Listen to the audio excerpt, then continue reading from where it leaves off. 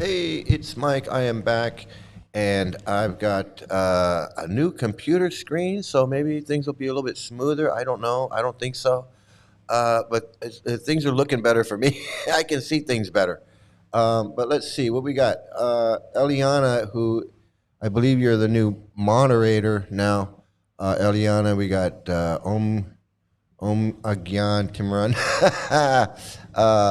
Okay, and yeah, you got the little thing there. You're the moderator now. Uh, we got that going on, and let's see. We got fake human. Good to see you here, uh, fake human. And we got Tim. Good to see you, Tim. And we got Jenna Morton. Good to see Jenna. Welcome. And yeah, like, share, and subscribe. I'm over the hump, man. Everything is good. You got Dahlia Roberts. Good to see you here. And we got, hopefully, we got some new Hare Krishna viewers. I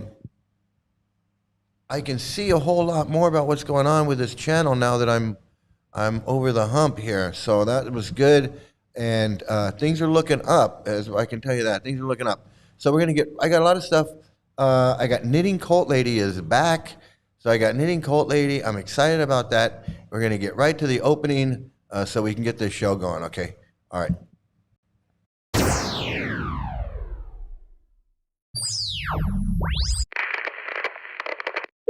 Hello? Hello.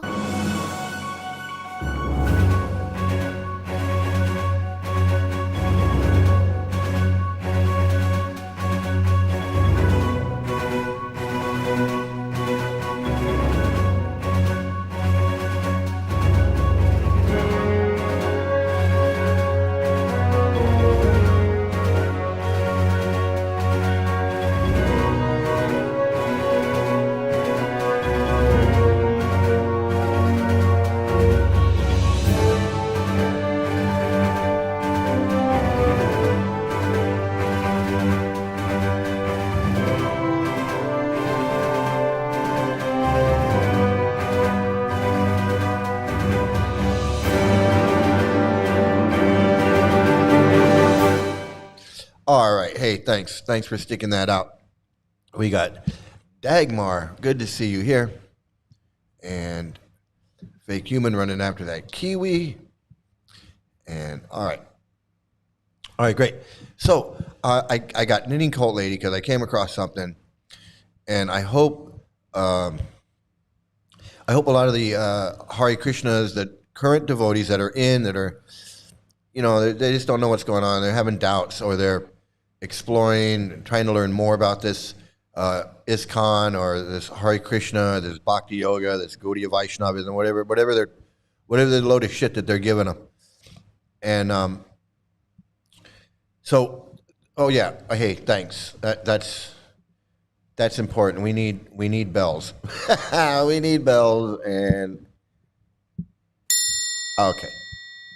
So what's important to know is that this is a cult. It is a cult.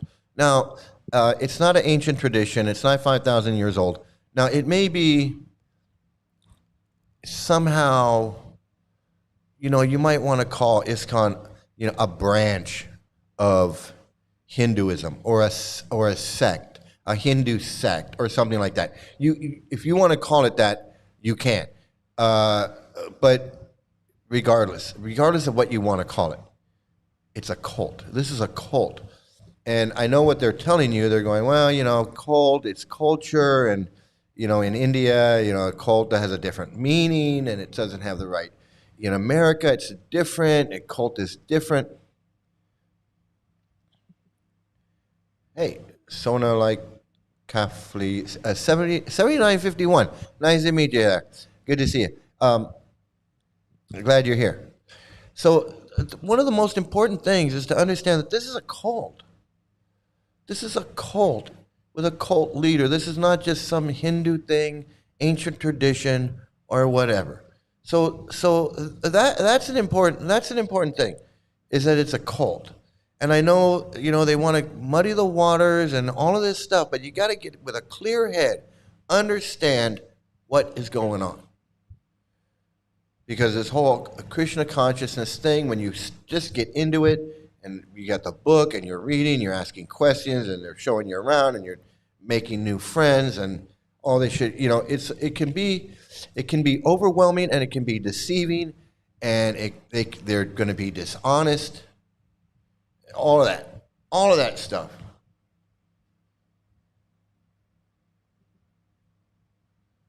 You can judge the character of Mike by how he makes his videos. He's a very hateful, deceitful man.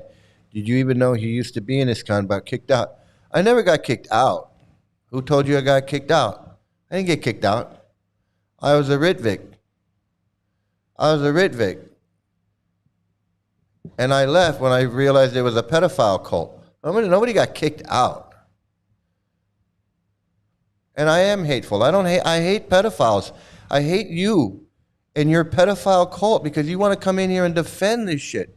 And let me just get on. Yeah, I know. He can't even be honest. He says, I got kicked out of ISKCON. I was never initiated by any ISKCON guru. I was initiated by Yashodanandan Swami as a Ritvik. So I was never in ISKCON to get kicked out of it. Because my daughter was molested in ISKCON by an ISKCON freak at the ISKCON temple. So I wasn't joining that piece of shit. So yeah, I hate the guy that did that. I hate Svavas. I hate all those fuckers. I hate all those pedophile fuckers. Yeah, absolutely. You're right. I agree with you. I'm a hateful fucking person. I'm a hateful fucking person. All you pedophiles can fucking rot in jail. You can fucking rot in fucking jail. You're marrying 12-year-old girls, trolling for 12-year-old girls, 15-year-old girls, marrying them off. You guys are sick fucks. Sick fucks, and I hate every single one of you. You're absolutely fucking right I am. I'm fucking hateful. I hate you fucks. Okay, we got that clear? Are we clear? We're clear. All right. We're clear. So, where to start? Where to start with this? He doesn't want to hear that shit. Because he's got to answer the child marriage, and he doesn't want to answer the child marriage. Just like the guy last night didn't want to answer the child marriage. He was against child marriage when he thought he was supposed to be against it, but then when he found out he's supposed to be for child marriage, he turned right around and was all for it. And we all knew that's exactly what was going to happen, and it all happened in real time, right in front of our eyes. And we called it. I called it. We all called it. We all knew. We all knew what was going on. Yeah, I'm not gonna argue with you about being a Hindu. I'm not talking about Hinduism. I'm talking about ISKCON.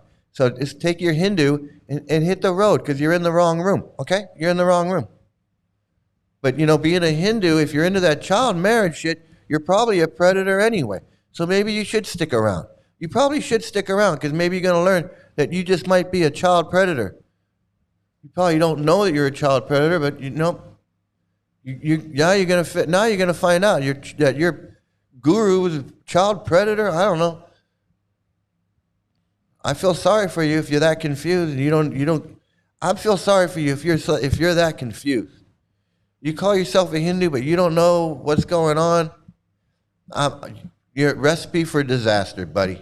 Recipe for fucking disaster. You're probably gonna end up with a 12-year-old wife. That's what I think. I'm just calling it like I see it.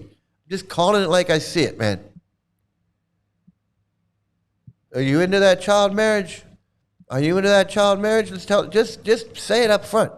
Just say it up front. That's all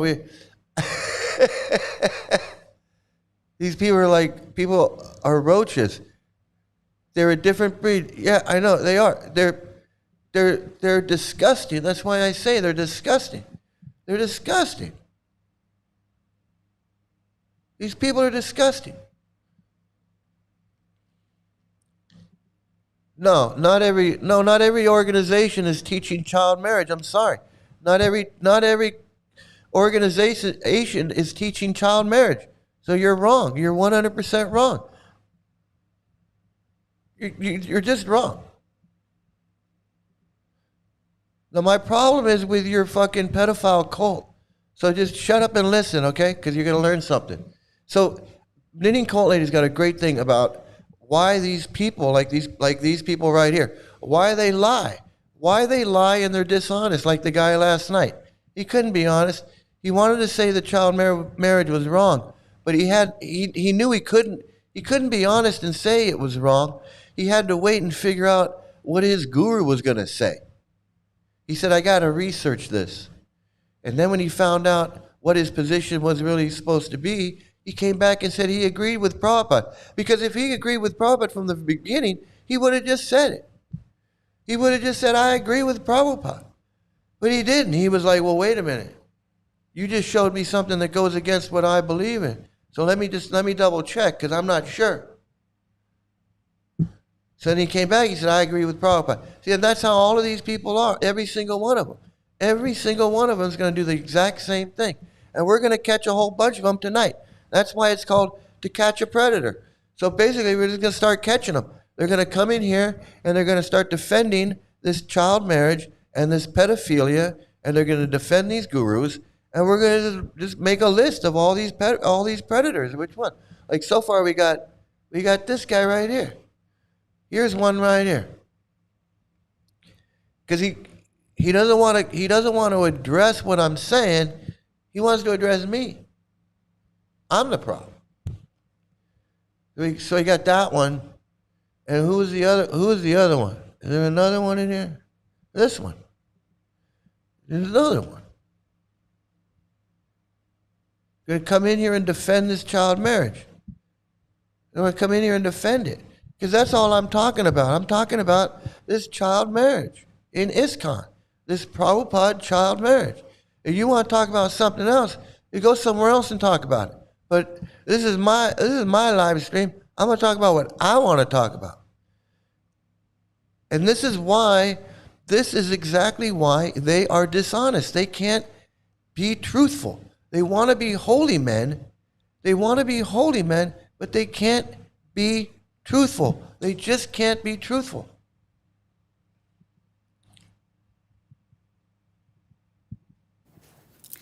Lying in cults is very, very important because it is a tool that is used beyond the lie itself. I'm Danielle, a scholar of cults, extreme groups, and extremely bad leadership. This comment here says, I saw somewhere that said the lies aren't meant to convince. We're talking about the lies the government told right after the shootings of Renee Good and then Alex Preddy. They're meant to be repeated. By repeating the lie, you signal your loyalty and submission. Doesn't even matter if they believe it, so long as they repeat it, right? So cults fundamentally rely on lies. Of course, the promise of the cult is always a lie. But there's interesting things about it, like this comment is saying. The lie is not just for the lie itself, right? When the government rushed to tell these lies to the news, very obvious lies, it's not about just getting the information out first. It is a lot about that, because then the cult members won't see no evil, won't hear no evil, and will just continue to refuse to look at the truth. But also because, as this comment so brilliantly puts, they're repeating the lie. And this is where wacky rituals comes into place. So if you have read Uncultured, my first book, which you can get in the shop or listen to me read it to you anywhere you get your audiobooks, it opens up with this wacky thing that they do in Army basic training, which is have you hold a 50-pound duffel bag over your head for 2 to 3 hours while being yelled at. And it's all right, so I mean, this is a really good video. This guy again, really? I'm 16 just goes to show you how Mike calls everyone a pedo. I don't give a fuck how old you are. Just tell me if you're down with a child marriage. Tell me if you're down with a child marriage. We can get on with this shit. And you can call me racist all you want. I don't give a fuck. Call me racist. I don't care. Are you down with a child marriage? You think 11-year-old girls and 12-year-old girls should be married to 22-year-old men? Just spit it out already. That's all, man. We don't need any more, man. Just spit it out. And you know, and I don't care if you call me a racist. You call me a racist, I don't give a fuck. You're a pedophile. All you got to do, if you don't want me to call you a pedophile, just tell me you're not down with a child marriage. We move on with this shit. I don't need this. I really don't. I don't need it. So, what I was saying, okay, let me get back. The wacky rituals. We know we have the wacky rituals in ISKCON, right? The whole thing is wacky rituals. And that is to increase, anyway, she explains it better than I can. This guy just totally knocked me off my duffel bag over your head for 2 to 3 hours while being yelled at. And it's very important because it is impossible. No one can do it. You're going to pick it up, you're going to drop it. And it is irrational. And that is very important because we have research that shows that once you push yourself through the first irrational thing, the first wacky thing that a group asks you to do, you are much less likely to push back against future wacky things. Yeah, wacky things. Wacky things like washing a guy's feet, bowing down, laying down in front of a guy, throwing flowers on a statue's feet, touching his feet and then touching your head, worshiping a plant, singing songs to a little plant and dancing around the plant, throwing flowers at it and whatever and watering it and singing songs to a plant. I can go on and name all the other things, thinking that there's some demon seeds, demons get into the grains and you can't eat rice on a certain day because, or, you know, I mean, we can talk about all kinds of wacky things, but then once they get you to do one wacky thing, which is like to chant Hare Krishna, and then think this and think that, and then pretty soon you're doing wacky things all day long.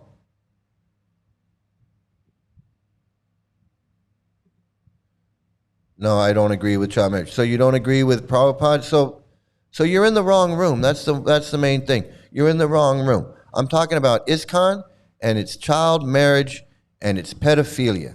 So if you want to talk about something else, you need to go somewhere else. I'm not talking about anything else. This is what I'm talking about. I'm talking about the ISKCON cult and their child marriage. Now, if you don't know about it, you're going to learn something. Otherwise, go somewhere else, man. I'm sorry. I ain't going to engage with you.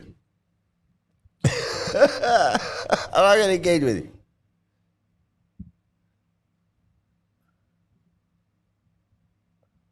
So the lying can also act as a wacky ritual, right? Repeating the lie means you are more likely to swallow other lies. Okay, yeah. So the repeating the lie shows the loyalty. Even if you don't believe it, you still repeat it because everyone's saying it. Like there's a demon head eating the moon, or it's Ecodicity. We don't eat. It's Ecodicity tomorrow, and you go, yeah, it's Ecodicity tomorrow. I'm not gonna eat. And even though you might think like, oh, this is crazy, because I used to think it was crazy. It's Ecodicity. Oh, I'm not gonna eat grains tomorrow. Somehow the grains. And then, but I would repeat it back. I'd be like, oh yeah, it's Ecodicity. I don't eat it. And then, I would even follow Ecodicity. If I was spending the whole day at the temple or if I was in Vrindavan or something. And there's plenty of these type of lies.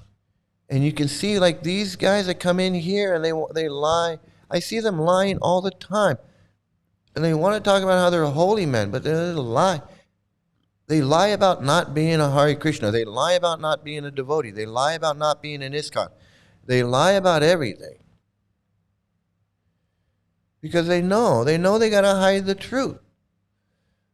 They know they got to hide the truth. And then they lie to the public about all the scams, all the shit about the books, about Prabhupada, and he's a Vedic scholar, and he's this and that. That's all shit he lies. All this shit about donate to us because we're feeding hungry kids in India. We're feeding hungry kids here or there. There's a whole bunch of lies. And everything they say is a fucking lie. And we sell all these books as the most sold books. Everything they say is not true. It's not the most sold Bhagavad Gita. Prabhupada's not a Vedic scholar. He hasn't sold millions of books. They publish their own books. It's not like he had a contract. He's not like a real author. His books on a grand scale. No different if I did that. No different if I wrote a book. And people do that, especially now. A lot of people do that now. They write a book and they just self-publish it. And then they sell it on Amazon or wherever they can sell it. You know, they don't have a literary agent, they don't have a contract with a publisher, they don't have a book deal. They're just writing books and selling them. Because we live in an age where you can do that now. And that's what Prabhupada was doing. He was just self-publishing his own books and having his devotees print them up, raise money. It was a big scam.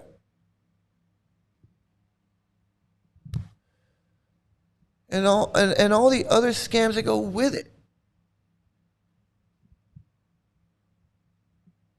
These lies and these scams, and all these devotees know that they're lying.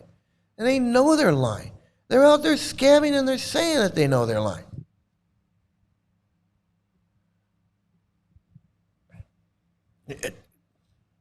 That was one thing that I really couldn't get when I was going to the LA temple and I was meeting devotees and these old time devotees and current devotees and all talking about how they're out there. They were Prabhu. We were selling paintings and T-shirts and hats and stickers and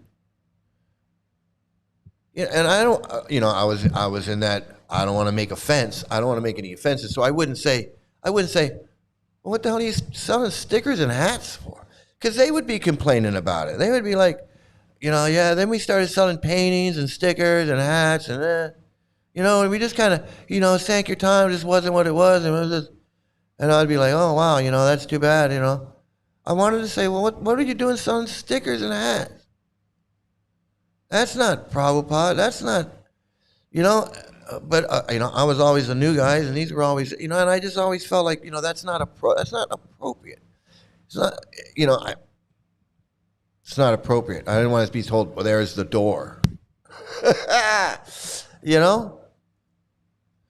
But they knew they were scamming. Like when I would tell people that I was working with Yashodanandan, the people at the LA temple, because Yashodanandan was like a ghost. He was never anywhere. No one ever saw him anywhere. So when I'd say, yeah, I'm with Yashodanandan, they'd be like, oh, Yashodanandan. Oh, you're with him. And that like pegged me as who I was and what I was and what I was doing. Hey, it's Queen of Karma. Hey, how you doing, man? Thank you for getting me over the hump, man. I got like 5 subscribers after that show, and that was really great because now I'm over the hump, whatever that means. I'm over it. And yeah, look here you go. See, she says we all knew we were lying all the time when we were deep in it, trying to do book distribution at fairs and carnivals or events, selling stickers, selling Gomuki, chanting bags. I know it's so here she's going to explain a little bit more of that, and from that group. Lying is such an important tool in cults that, of course, I wrote about it in my second book, The Culting of America, and I'm going to read some of that to you now. This is in the chapter on Ends Justifies the Means, which is part 10 of my cult list. This is, I think, the most important chapter, the most relevant to what's happening right now, and Ends Justifies the Means mentality is, of course, extremely dangerous. A good example of ends justifies the means mentality is lying. Examples of ends justifying the means are everywhere. Trump supporters accepted or actively spread false claims about the 2020 election being stolen, despite overwhelming evidence to the contrary, because keeping Trump in power was seen as essential to saving America. The violent storming of the Capitol on January 6th was rationalized as necessary patriotism. a defense of the nation rather than an attack on. I have to interrupt for a second, because just like these devotees were celebrating when this guy got shot in the head, they thought it was something to celebrate. Instead of what it was a mafia hit on an innocent man. Now, he wasn't innocent to them. He hadn't broken any law. He hadn't done anything wrong. He was just exercising his freedom of speech to do whatever he wanted to do. No, you can't do that in a cult. It's more like mafia.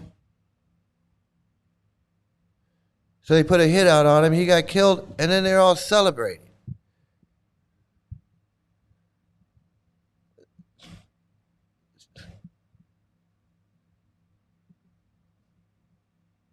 Democracy. Personal scandals that would have ended other political careers were overlooked because the policies Trump promised, such as judicial appointments, immigration crackdowns, and fighting wokeness, were seen as more important than integrity. Harsh immigration practices, like the separation of families at the border, were accepted as unfortunate but necessary deterrents. Separating kids from their parents and putting them in gurukulas is necessary. Parents went along with that. Parents voluntarily put their kids in these gurukulas because, one, they didn't have to worry about their kids. It's like, hey, this is great. It's like dropping off at grandma's, except I'm dropping it off at Prabhupada's. And then they could go play Hare Krishna. It was like, oh, I'm free to go play Renaissance Fair. I can go do whatever the fuck I want. And my kids are with Grandpa Prabhupada. Little did they know they were being molested and tortured and raped and everything else. But these parents were right along with it. You know how brainwashed you got to be to drop your kids off at a friggin' with people, you know, just drop them off anywhere. Disinformation, conspiracy theories, and doctored memes were willingly spread to damage political opponents and reinforce the movement's narrative. Authoritarian calls for investigation into political enemies, often without clear legal bias, were cheered as righteous efforts to drain the swamp. In each case, people abandoned traditional moral or democratic principles in service of a larger goal. Yeah. These guys come in here and they're like all for child marriage and pedophilia because of Prabhupada. It's like they give up their own morals and ethics, everything that they've you know grown up to, you know, that they've grown up to believe in.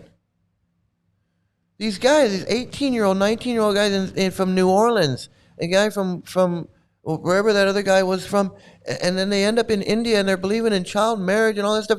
And don't think that they don't. They do. If they were in here right now and challenging me, and I said, hey, are you into the child marriage? And I showed them the quotes and all that, they would say, I'm with Prabhupada, 100%. It's friggin' insane. They just go along with this shit. It all starts with these lies. In each case, the mentality is the same. The stakes are too high to play fair. When America itself is seen as being on the brink of destruction, anything is justifiable to prevent that outcome, even destroying the democratic principles Trump's followers claim to defend. We see a lot of ends justifies the means mentality on the left, too. But this phenomenon isn't unique to MAGA. It's a pattern deeply rooted in how extremist groups grow. Willingness to abandon the truth is not incidental, it's foundational.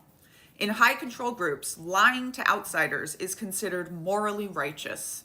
In the Children of God, the cult I grew up in, these lies were called deceivers yet true, a warped belief that lying was virtuous if it protected the mission.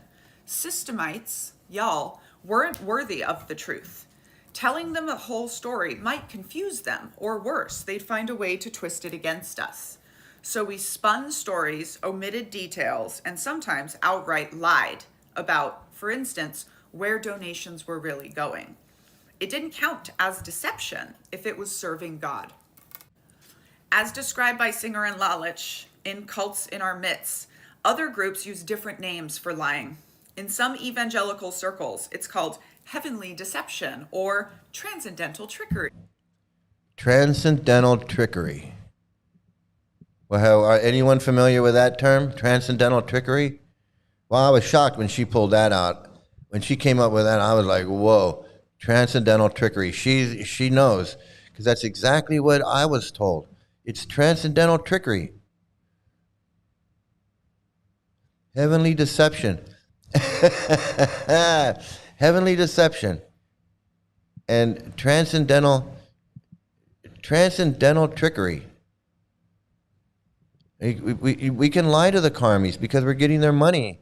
We're getting their money and we're giving it to Krishna. It's okay. This is what cults do.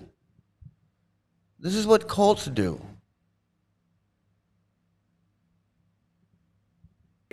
My favorite. Others justify lying when talking to the Babylonians, cautioning followers not to cast your pearls before swine. In Mormon splinter groups, it's known as lying for the Lord. Among mainstream Mormons, it's framed more gently. It's not secret, it's sacred. Whatever the term, the message is the same. Some people don't deserve the truth. This kind of lying reinforces us versus them thinking and turns secrecy into a virtue. When you're convinced you're one of the few who truly gets it, every act of concealment feels like proof of your specialness.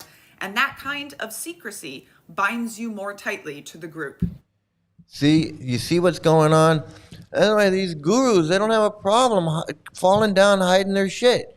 Like this Vipramukhi Swami. Now, I'm glad he came to his senses, but he admits in his letter, you know, his letter in 2003, he's saying, hey, some of you may have, noticed that I'm growing my hair out or whatever, and he lied.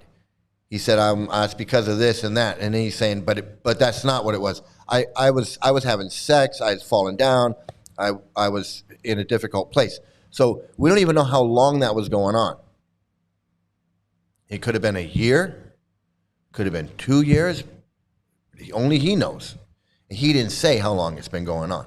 But we would imagine it's been going on. It was going on for a while. Long enough. Because he didn't stop it. So he wasn't honest with his followers because it was this, it was more important for the lie. He didn't give a shit. But he didn't just leave. It was like, I'm going to lie for a while. I'm going to lie and lie and lie and lie and lie. Meanwhile, he's pretending to be a holy man. He couldn't even just be a holy man. And eventually, years later, after a progression, he comes out and he goes, hey, I'm done. I'm not a Swami. I'm an atheist. I'm getting a regular job. I have nothing to do. He's like, But at the time, he's lying. He's faking it. He's doing all this shit so he can get away with it. He had no problem with that. He couldn't just say, once he had sex with the woman or whatever, because he was, once he broke his vows, he couldn't just say, hey, I'm done. He didn't know. He knew it was bogus because obviously he broke his vows. I mean, why would he break his vows? He's supposed to be the Swami and all this. It just shows you how it's a bunch of bullshit. But he should have known, or he did know, when it happened.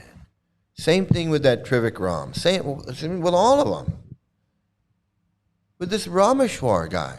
Rameshwar is hiding his underage girlfriend for all this time. And then he gets caught. He doesn't just give up the girlfriend. He bounces out with the girlfriend. He leaves. So he wasn't being honest before. He knows it's bogus. Otherwise, why didn't he just say, "Hey, I'm staying"? It's all a mess. And then he wants to come back. Now that he's back, and then the people let him back. Like, the people aren't able to stand up and go, "Hey, we don't want this guy back." No.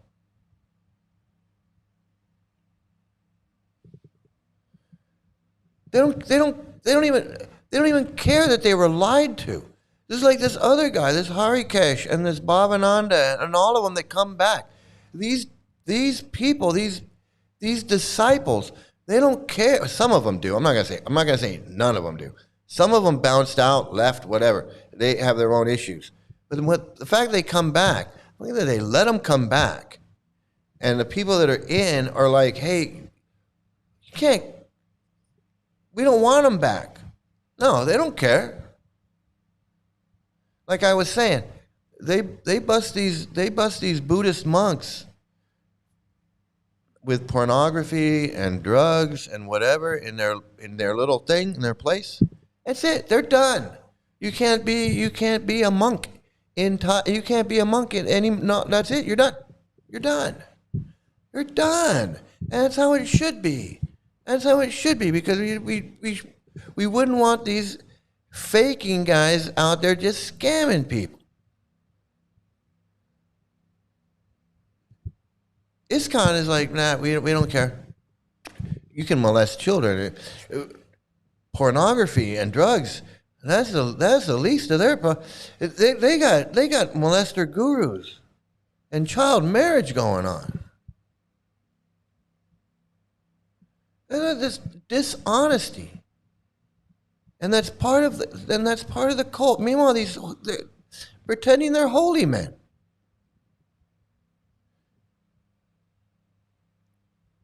That's why I see all these gurus, these fuckers, they know they're fake and phony. Making it even harder to leave or trust anyone on the outside. As Yanya Lalich explains, deception in cults isn't aimed only at outsiders. It becomes internalized. Members are often deliberately kept in the dark about leadership misconduct, inner conflict, the actual size or influence of the group, and how the outside world truly sees them. Over time, the group begins lying to itself as much as it lies to everyone else. This bubble of misinformation is reinforced by leaders and inner circles to ensure people can't make real assessments about what's happening. And when the whole group is repeating the same myths, those myths start to feel like reality. Fake news is the only news they hear, and truth becomes subjective. It's like and it explains these guys that come in, have been coming in here, and this guy that came in here last night, and he's like, well, where does it say that? Where does it say this? Because he doesn't know. They're not going to tell him. They're going to lie to him. He doesn't know that they're into this child marriage. So he comes in here and he's like, well, what are you talking about child marriage? I don't understand. I'm 24 years old. I haven't been in it that long. I've been in it for maybe 4 or 5 years, if I'm lucky, maybe probably less. I'm 24 years old. I don't really know what you're talking about. What are you talking about child marriage? Right? He doesn't know. It's going through his head. He's like, what are you talking about? What's this guy talking about child marriage? And then I explain it to him and I show him. And he says, hold on. And he comes back. He says, "I'm with Prabhupada. I'm down with the child marriage." It's exactly what Canadian cult lady is saying. It's like he doesn't know. He's being lied to. He's being lied to. So he's listening. He's saying, "No, we don't do. There's no child marriage. There's no child marriage in ISKCON. We don't do that." But then when it comes down to it, then he's got to accept the truth. Well, Prabhupada, it is Vedic. Child marriage is Vedic. Prabhupada did say that we could, like Pranjan, he wants to say, Prabhupada said we have to follow the laws. So that, he might have been told, well, no, because it's against the law, whatever. But then when he finds out that Prabhupada does allow it, and that it is Vedic, and that we're all for it, lawful or not, we are for it. Then he's got to get down with it. He's got to get down with it. That's how they all are. And every single one of them is like that. Every single guru, every single devotee. Because you got to be down with Prabhupada 100%. He even came back and said, I agree with Prabhupada. He didn't even say, I agree with child marriage or I agree with whatever. He said, I agree with Prabhupada. This is how the brainwashing works. It's like they can't think for themselves. He doesn't want to say, I agree with child marriage, or I agree with pedophilia, or I agree with whatever. No, it's I agree with Prabhupada.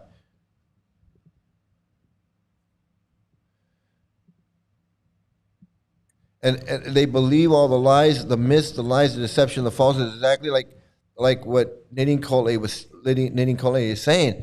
You know, it starts with something small and a wacky ritual, and you start out small, repeating it, doing the wacky ritual, and then gradually over time, everybody's different. So you know, some people it moves fast, other people it moves a little slower. It took me like 6 months to like start chanting. I wasn't into the chanting. I was into the reading. And I wasn't into like japa, but I bought beads because I wanted to have them because everybody had them. So, you know, and that's how the brainwashing works. And then gradually, like Prabhupada says, gradually, I started chanting. And then, you know, eventually it's like, oh, everybody's chanting 16 rounds, or so you think. You know, or so you think everyone's chanting 16 rounds. So I got to chant 16 rounds too. You know, and then to come to find out that Prabhupada is making all this shit up. 16 rounds and getting up at 4 and doing this, and you know, and he's like, okay, do this. You know, I want you to Mangal Arati at 4:30, and then Guru, and then no, scratch that. Then do Guru, then do Japa, and then we'll hold on. Then do Tulsi, and then do Japa. Okay, then do Japa, and then do Guru Puja, and then after that we're gonna we'll greet the deities, and then we'll do Guru. It's all whatever the fuck he wanted. There's no rhyme or reason. Except it's just whatever he wanted. It's whatever the fuck he wanted. Hey, it's Greg. It's good to marry a 12-year-old girl. I know. It's crazy. It's crazy. Good to see Greg. And who else slipped in? I didn't see. N. Good to see you in here. N. And I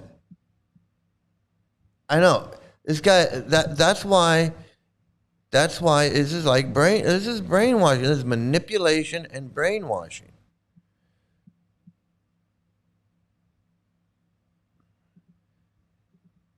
See, they don't want to answer that question until they have to. They don't they don't want to get down with it until they have to. A lot of them just. Well, where does it say that? Where does it say that? Hey, Don, how's it going? So this is one that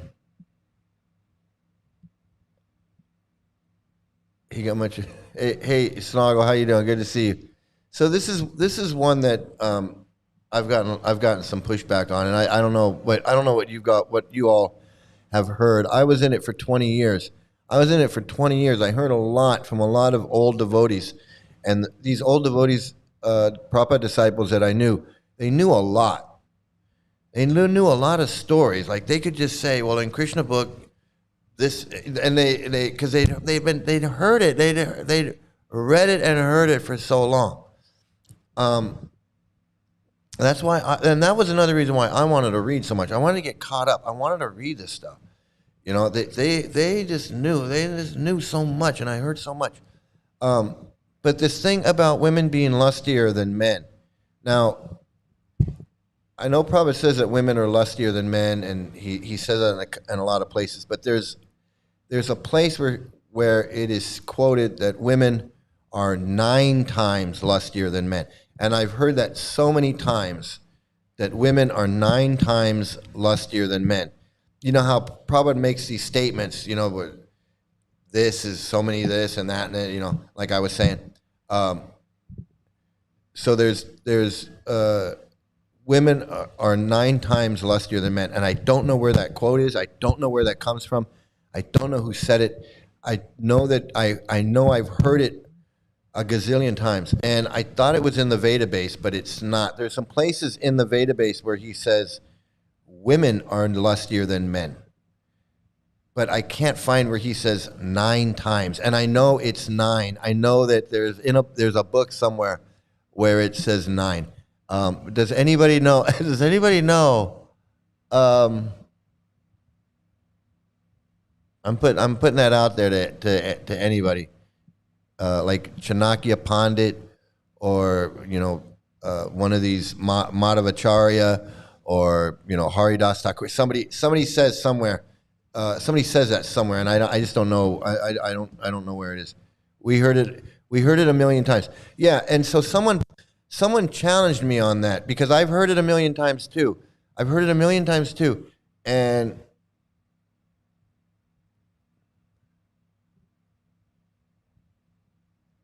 $323.44.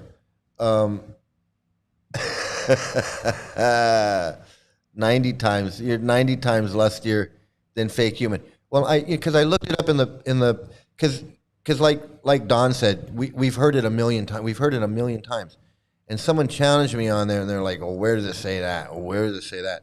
And I was like, "Oh, I'll find it, because I know it's there." I was like, "I'll find it." No, man, I went to the Veda base. I started searching, and I cannot find it. There are some places where he says that women are lustier than men, but I don't know where he says 9 times. Yeah, we're 90 times.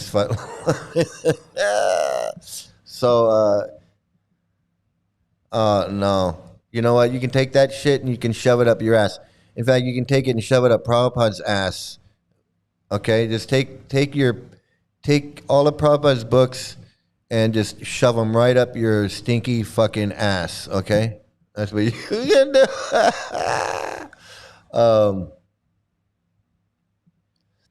Having excited that great woman's desires and enthusiasm to the utmost, he assumed 9 separate forms and made love with his beloved for many years, which seemed like a moment to her.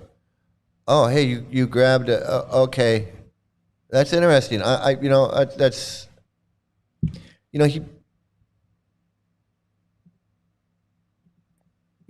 he probably says it. Prabhupada probably said it in a lecture. The lecture would be in the Veda base, I assume, but maybe it's not. Maybe the lectures aren't in there, but I would assume that he probably said it in a lecture, and it became legend because things that he said in lectures became legend, even if they're not in his books. I think I'm going to end it with Knitting Cult Lady. What happened with the child marriage guy? He left. He said, "I'm 16. I'm not into child marriage," and he left. And then we got some new Hare Krishna in here. We got a new Krishna, a new pedo guy. We got this pedo freak. We got this pedo. Hey, are you down with the child marriage too? You down with it? After you take that books out of your ass, when you pull those books back out of your ass, you look up the child marriage. You into the child marriage? Piece of shit. We're going to catch another predator. We got to catch another predator. He comes in here glorifying Prabhupada and says he wants to say all glories to Prabhupada.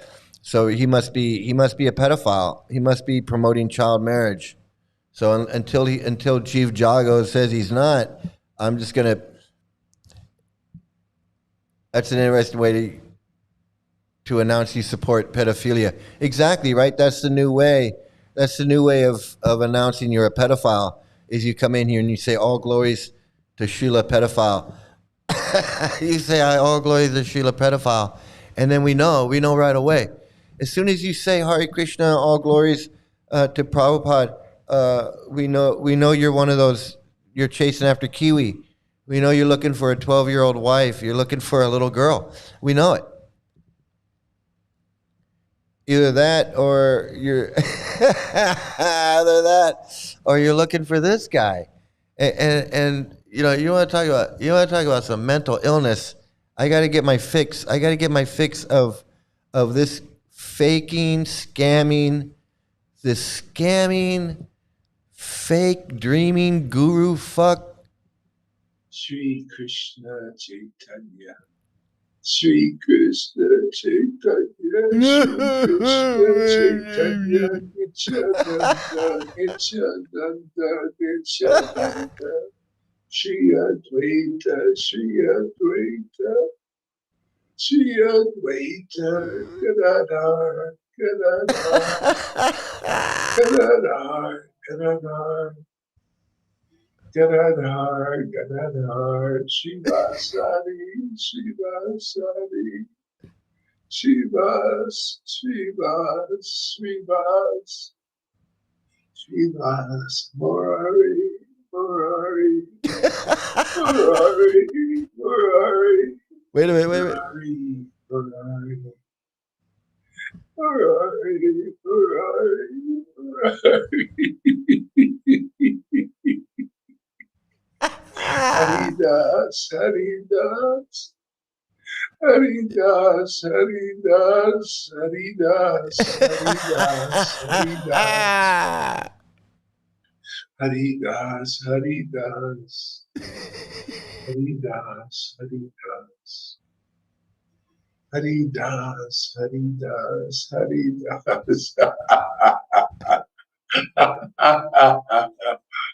Haridas, Haridas, Haridas. Fucking lunatic. You guy's a lunatic. Guy's a lunatic scammer. Guy's a lunatic scammer. I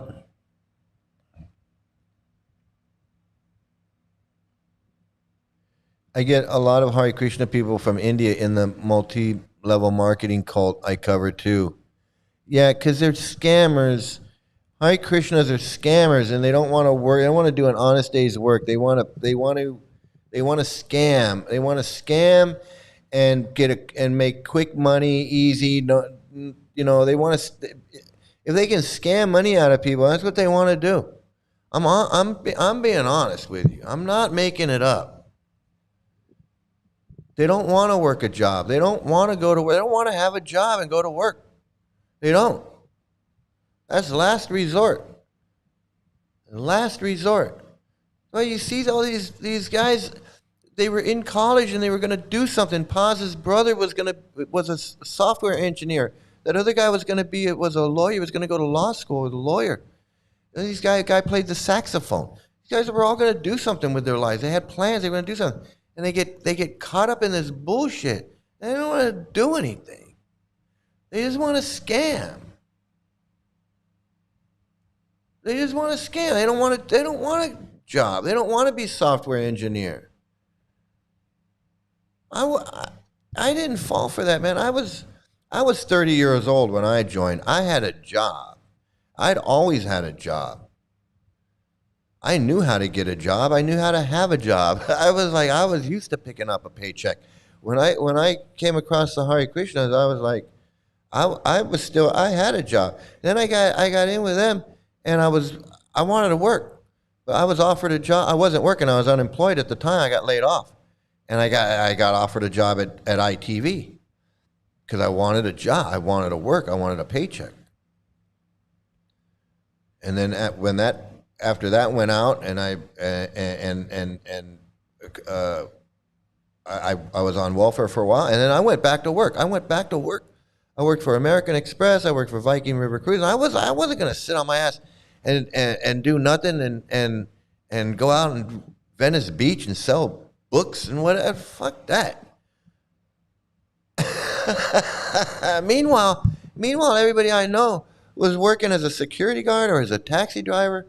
They had no career. Those were the ones that were working. Everybody else was just selling books, like Radharani, walking around Culver City with a bag of books, or the Hollywood Bowl, or the Forum or something. When there was a concert, selling stickers or bracelets or whatever the fuck she sells, or going out to Venice Beach, or going to Hollywood Boulevard, or going to the airport. I knew like 3 or 4 guys that every day they just went to the airport. That was their job, was going to the airport. And Brigu Padi and a couple other devotees, their job was going to college. Going to college and selling these stupid books. Like, I'm not doing that. You gotta be out of your mind. They just want to scam. If they can't sell books, because they're not like you got to be like kind of a street smart kind of guy doing that. They're gonna scam. Water filters and this and that, all kinds of stuff. It's just the fucking nut, man. Yeah, like a child pretends to be sleepy, then looks at you through a slit in their eyes, and you're like, caught. Yeah, I know this guy. The fucking scam. Hari Das, Hari Das, Hari Das. Nityananda, Nityananda, Nityananda. Oh, he's coming too. Okay, he came out of his trance. Did you catch him coming out of his trance? Oh man, it's just where's the Hot Lips? Where's the Hot Lips? You want us to check out Hot Lips? Okay, let's see. Let's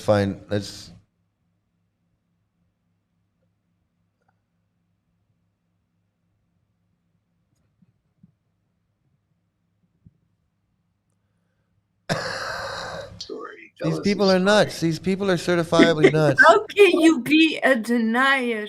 The world is so extremely ignorant, Guru Maharaj.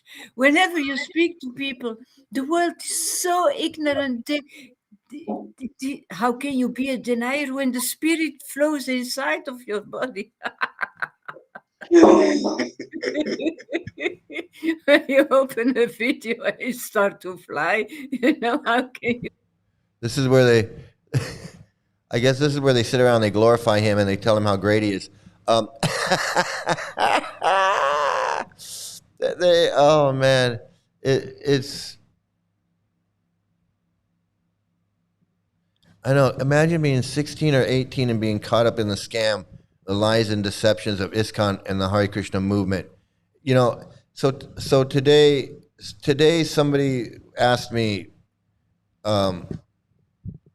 They asked me why I'm so angry. Then why are you so angry? He said, you're just angry or something like that. I said, yeah, I'm angry. Yeah, fuck yeah, I'm angry. I think anger is the right response. I am fucking angry. I'm angry at this cult. I'm angry at these pedophiles. I'm angry at all the children that have been abused and never got justice. I'm angry that it's still allowed to go on. I'm angry that nothing is being done about this child marriage in this goddamn cult. Yeah, I'm angry. I'm angry that my daughter was molested and she never got any justice. I never got any justice. I'm angry that I lost 20 years in this fucking piece of shit cult over these lies, over this lies and deception, manipulation, this emotional blackmail, all of this crap. Yeah, I'm angry. And part of that angry, I'm angry at myself, but I'm angry at this cult too. I can do both. I can be angry at myself for getting involved in it, but I can also be angry at this cult for what it does and what it did. Absolutely, I'm angry.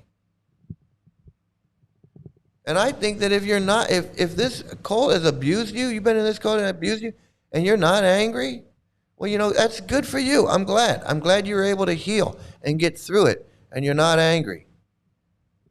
I'm proud of you. I'm proud of you. That's not me. I'm not healed like that. And I'm sorry. I'm sorry.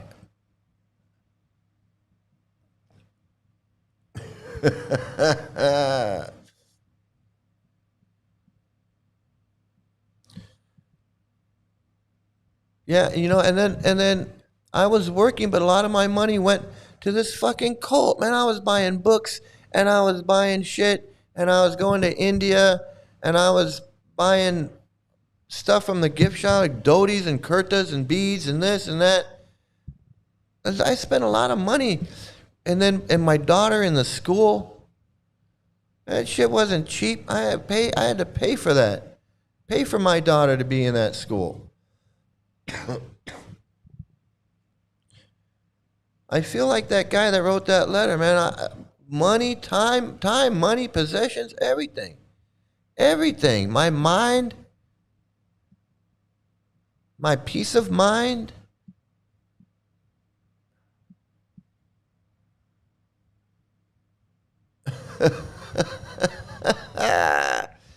Is just chanting Hare Krishna not good enough for him?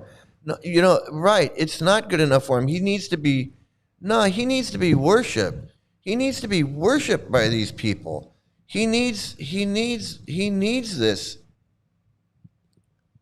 Deny that when you get revelation after revelation after revelation, when I chant, my God, oh, the Lord is really talking to me, explaining mysteries, and like you say, whole book sometimes.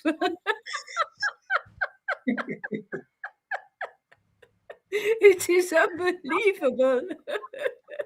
This is unbelievable what's happening here, Guru Maharaj. How you, like you said, how you accumulate, is that a word? So there's a video. There's a cult person that does cult videos.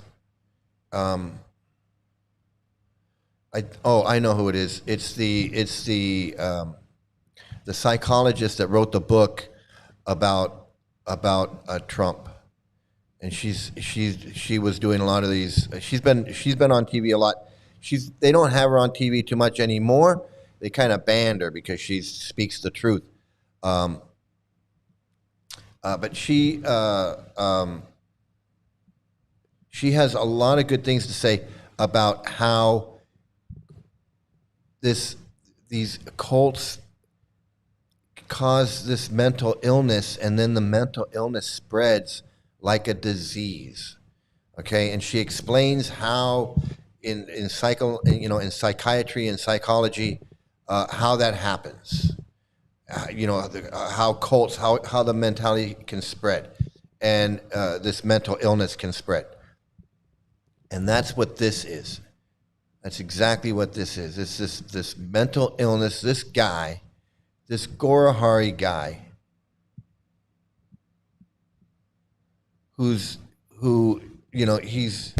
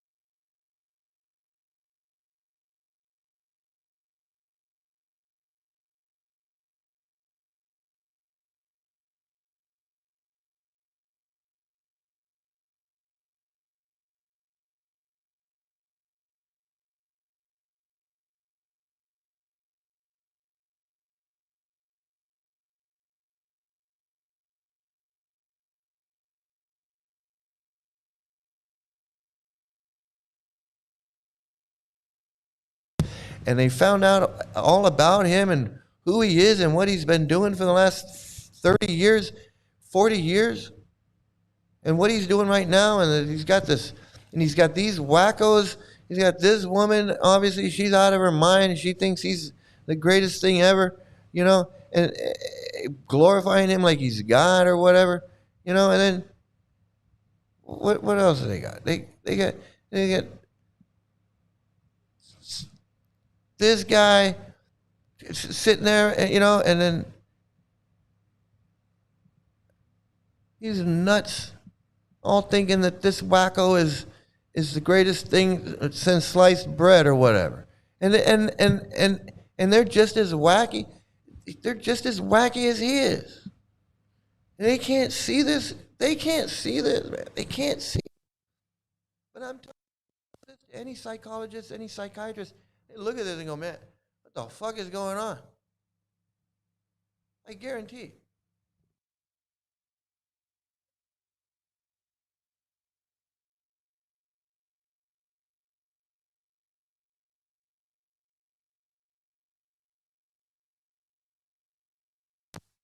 He's nuts, but he's not. He's dangerous. He's exporting this mental illness, this wackiness.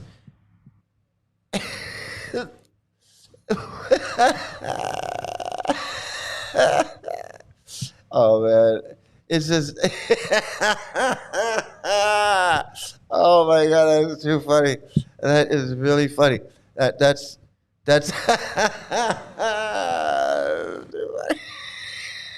I can't take it. I can't take it. That's it. That's it, man. That's it. That's it. The show's over. I got nothing after that. I got nothing. I got nothing after that. Oh my god. Oh. Giggle fits like when I know. You know, and she's probably. I believe that she's in such a, you know, her she's not in a healthy mental state. You know, I'm not making fun of her.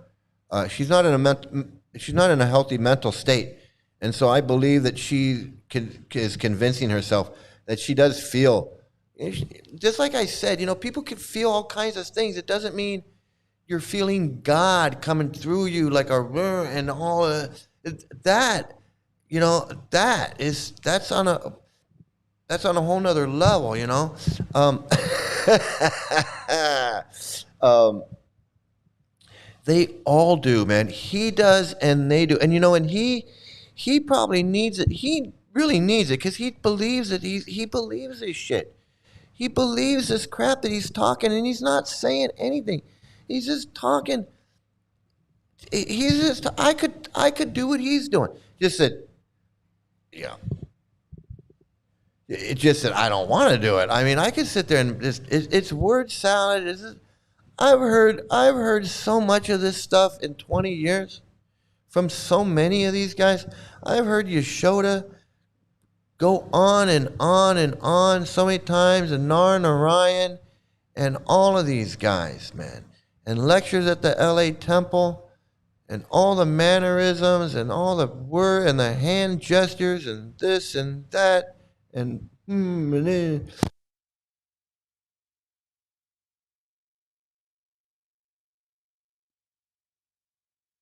if I was here like Gore.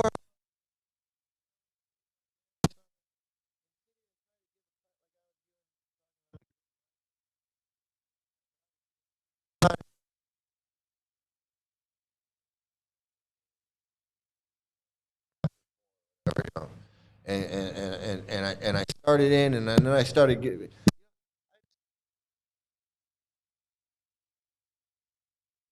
I've listened to him. He's not saying anything. You know, but he believes it. He believes it, and they believe it. And I have to say, um, he needs help, but they all do. Because what do you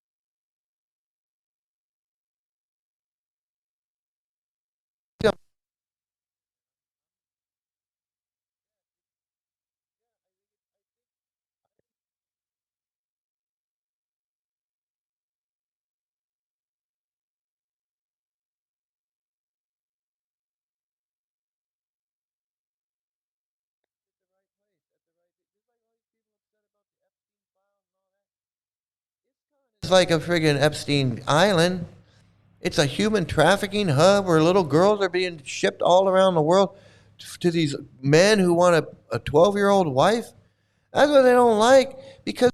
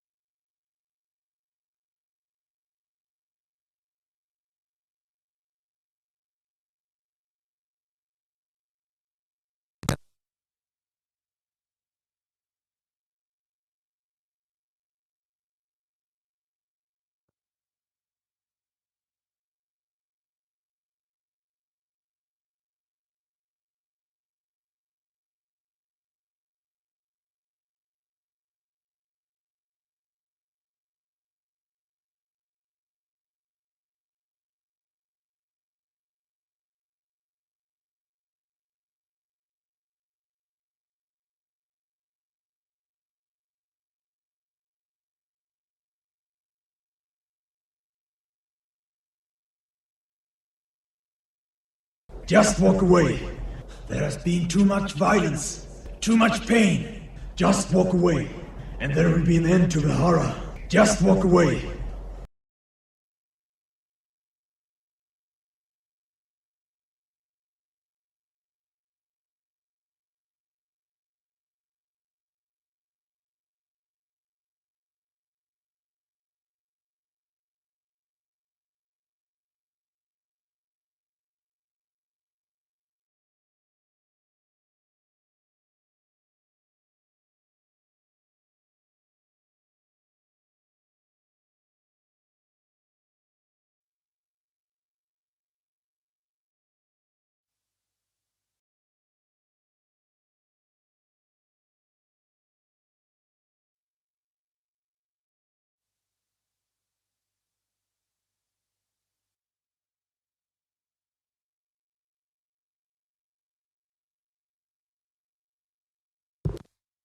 Okay, I'm back. I'm back, right? I'm back.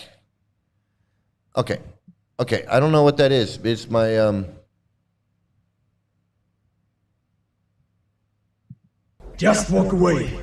There has been too much violence, too much pain. Just walk away, and there will be an end to the horror. Okay, let's Just get over walk here. away. Let's get over here. I want to show you this. This is something I got to show you because we're moving right along. Moving right along. I still got audio, and we're good. Okay, you got to see this. I made a comment the other night. I said, no matter where you are in the world, at a Hare Krishna temple, at an ISKCON temple, no matter where, no matter what country, no matter what city, some shit went down there. Some shit went down. I'm just saying, some shit went down. So here's some project. This is in Australia. कल्पतरुभ्यश्च कृपा सिन्धुभ्यश्च पतितानां पावनेभ्यो वैष्णवेभ्यो नमो नमः. Hare Krishna dear devotees, this is Jai Sachinandan Das. I thought I'll just give you an update of what's happening with Srila Prabhupada's castle. We, unfortunately,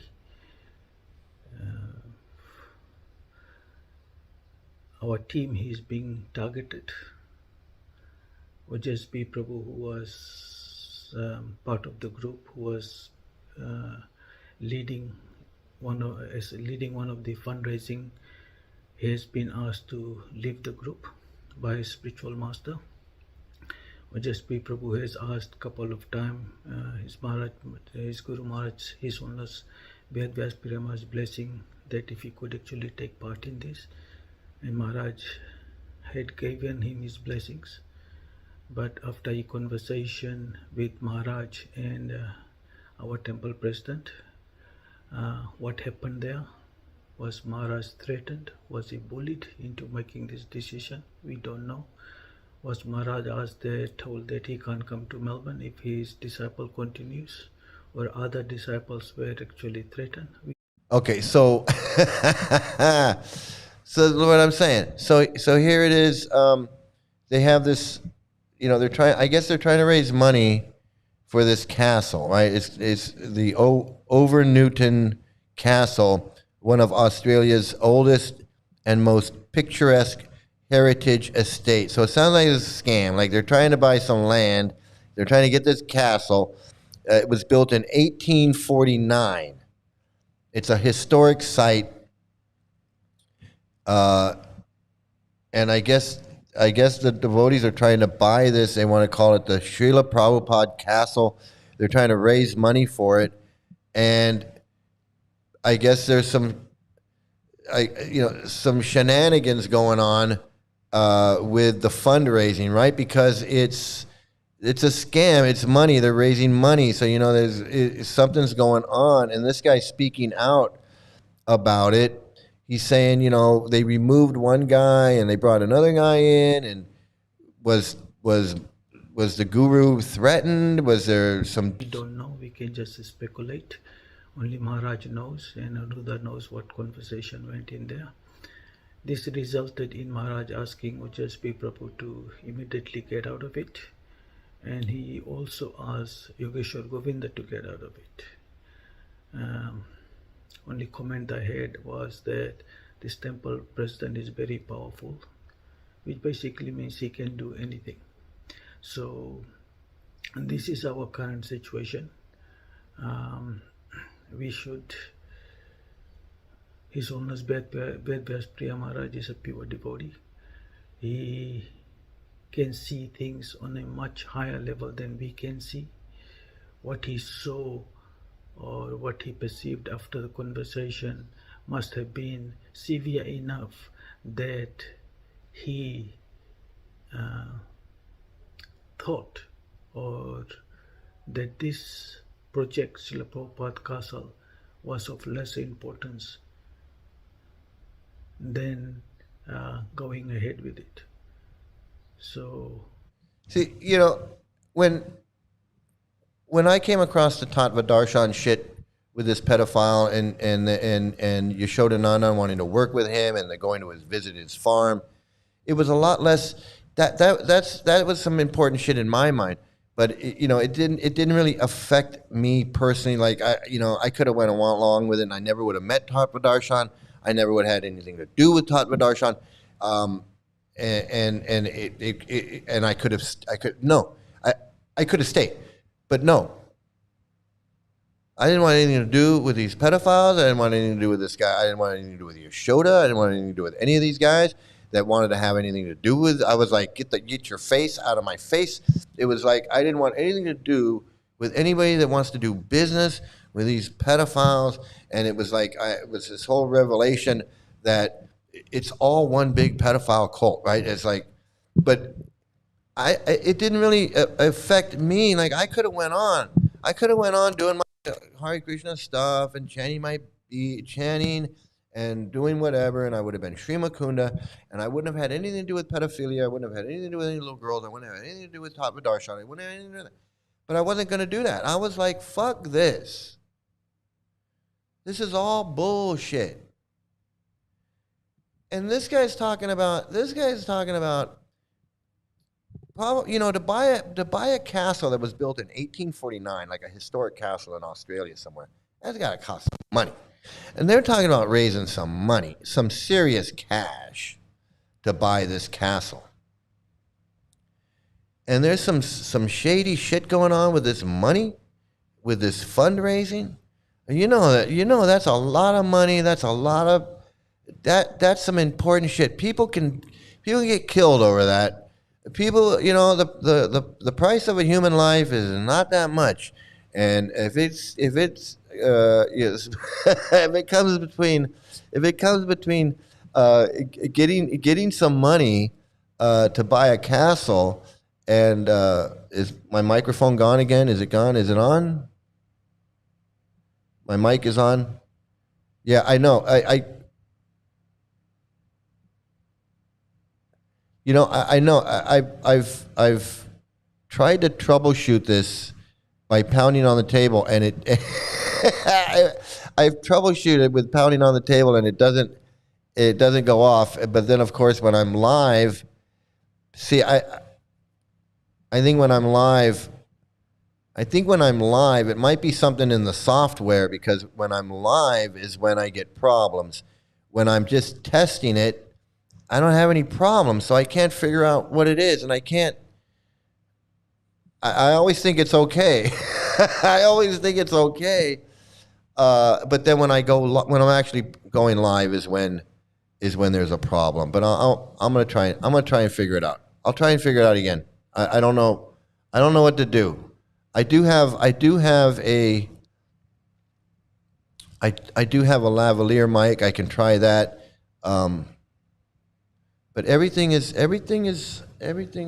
Everything is connected. Thanks for telling me, because I can see. Just so you know, I can see the audio on the Rodecaster, and then I can see the audio on the software, and so I can see when it's on and not working. And I just don't know I don't know what's causing that. So I apologize, everybody. I apologize. But what I wanted to say is, I left this Tattva Darshan thing, and it had nothing to do with money, had nothing to do with fundraising, it had nothing to do with any of that.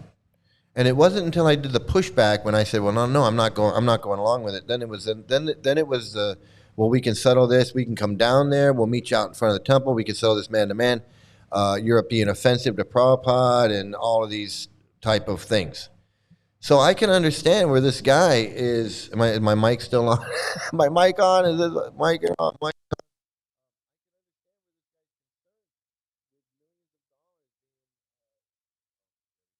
It's off. It's off. There it is. It's on. Okay, I think it's. I don't know what it is. I don't know what it is. I just don't know. I just don't know what it is.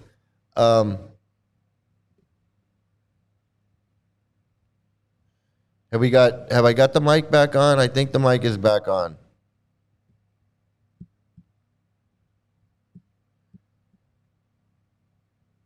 Yeah, Yeah, I don't know. It's not because I touched this over there and it came back. I touched something that wasn't even a microphone, and it fixed it. So you can, you can figure, okay, that's how it is here in the studio. That's how it is here in the studio. It's like, so anyway, we got this problem going on right now, in Australia, where it seems like some kind of a mafia type, some kind of a, that's what this guy's talking about, some kind of a mafia situation going on, in Australia right now with this castle. And this guy's making like a hostage video. He's making like a hostage video, trying to get the word out that he's in danger. What kind of conversation went there? We can just speculate. Today it has happened to Ojasvi Prabhu, and tomorrow it's going to happen to Yogeshwar Govinda Prabhu.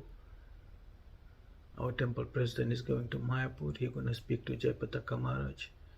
Kamalolochan Prabhu said the same thing. He is next. And eventually, slowly, each and every individual in this group will be attacked and asked to be removed from this. This is the tactic that our temple president is using. So he says, yeah, I don't know what it is. I gotta hold still. I gotta like not move. So yeah, this guy's doing like a hostage video here. He's saying that, hey, it's Rafal, just in time for your videos, man. So he's saying that there's some kind of, he's saying that everybody's being attacked and being removed from this castle project. So it looks like somebody's trying to move in.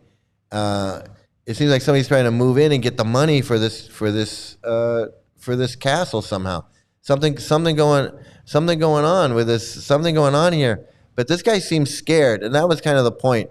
Is that this guy seems he seems worried. He seems worried about. To stop us from appreciating what Srila Prabhupada has given to us and what he has done for us. We are trying to offer Srila Prabhupada a castle for his 60th anniversary. Just my advice to this guy. Okay, I'm going to keep asking if my mic's on because it looks like it's on, but you guys keep telling me it's off. This is my advice to this guy. You're in this cult. You're in Australia. You're trying to buy a castle. There's obviously some shady shit going on. You guys are scared for your. You guys are like scared that something's gonna happen. You guys are being attacked, asked to be removed. Obviously, you're making this hostage video.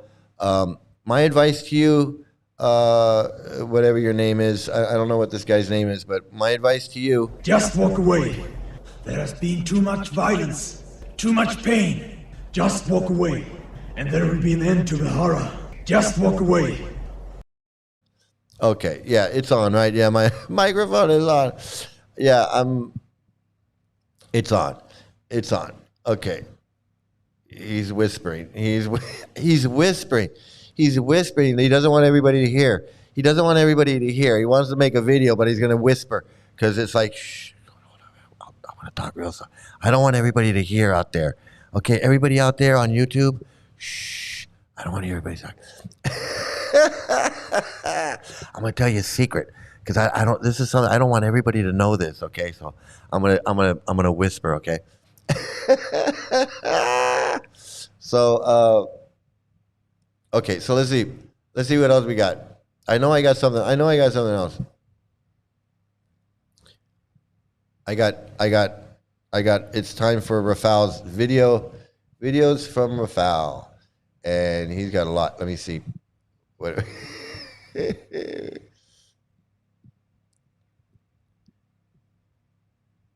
Videos from Rafal.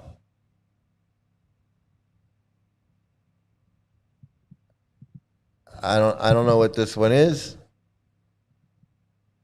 Oh no, that's not a video. He, he sent me something else. I don't want to tell you what it is. No, he didn't. Let me see. What do we got? Let's see this one. Here we go.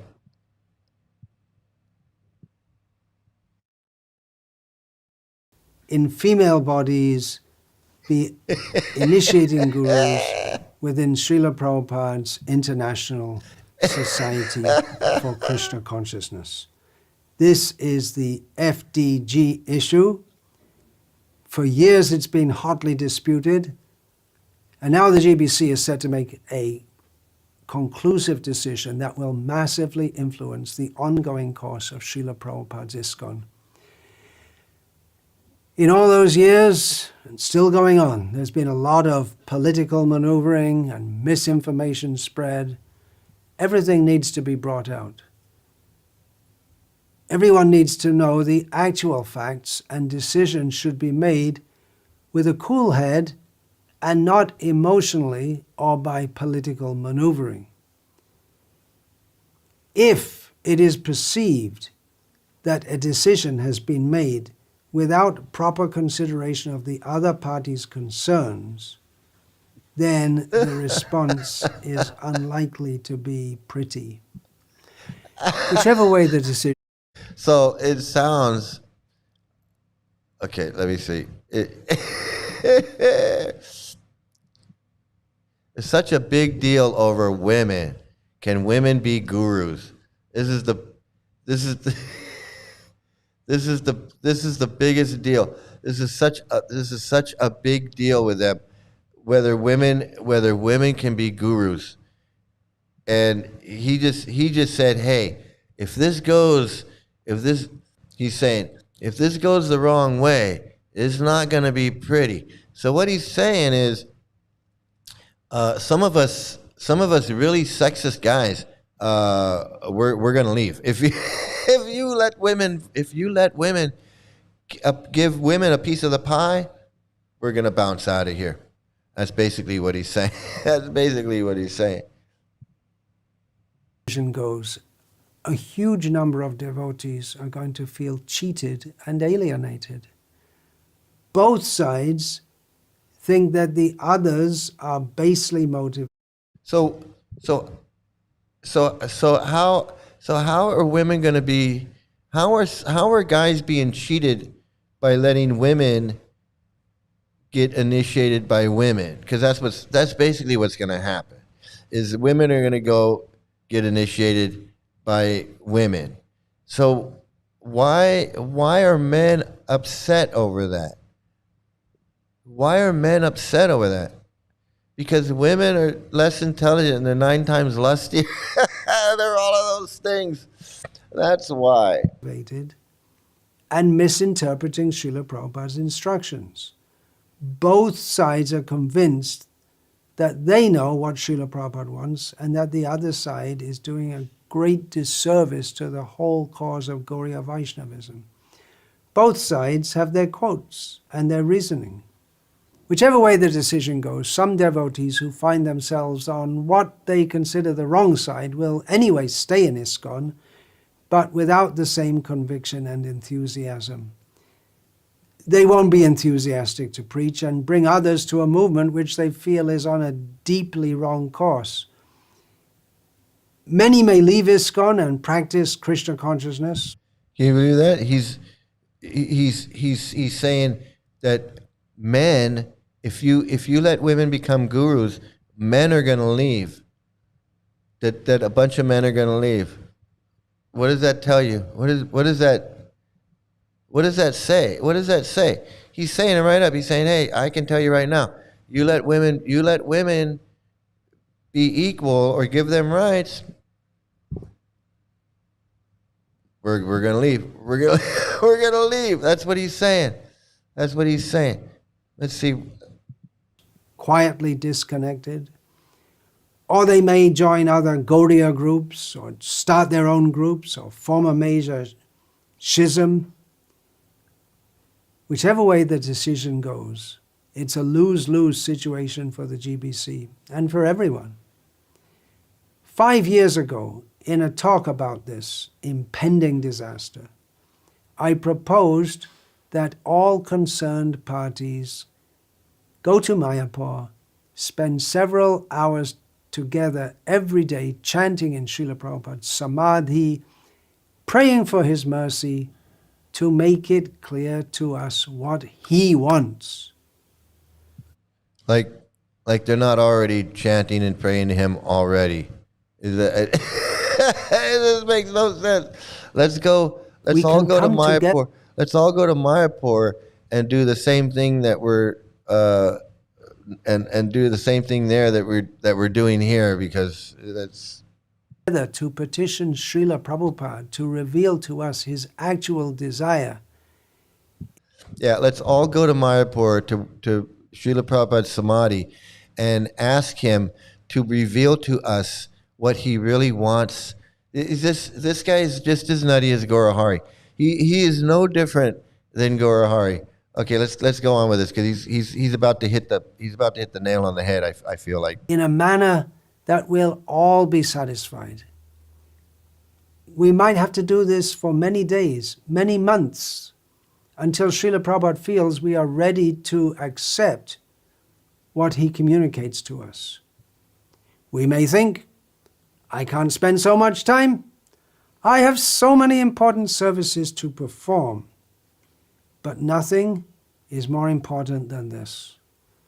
Whatever important service we may have is going to be massively, negatively impacted by the fallout of this decision.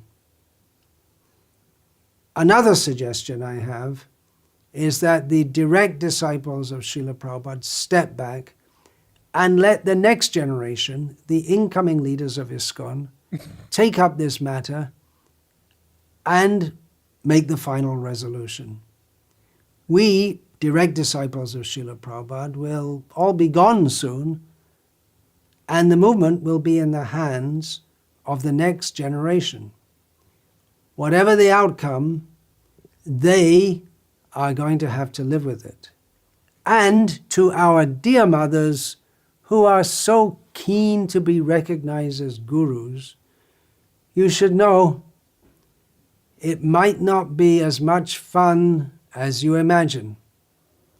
There's a lot of stress, so many heartbreaks. It's not all about getting your feet washed while adoring disciples jump around yelling, Jaya Guru Devi, Jaya Guru Devi. Well, that's exactly what it's about. That's exactly what it's about.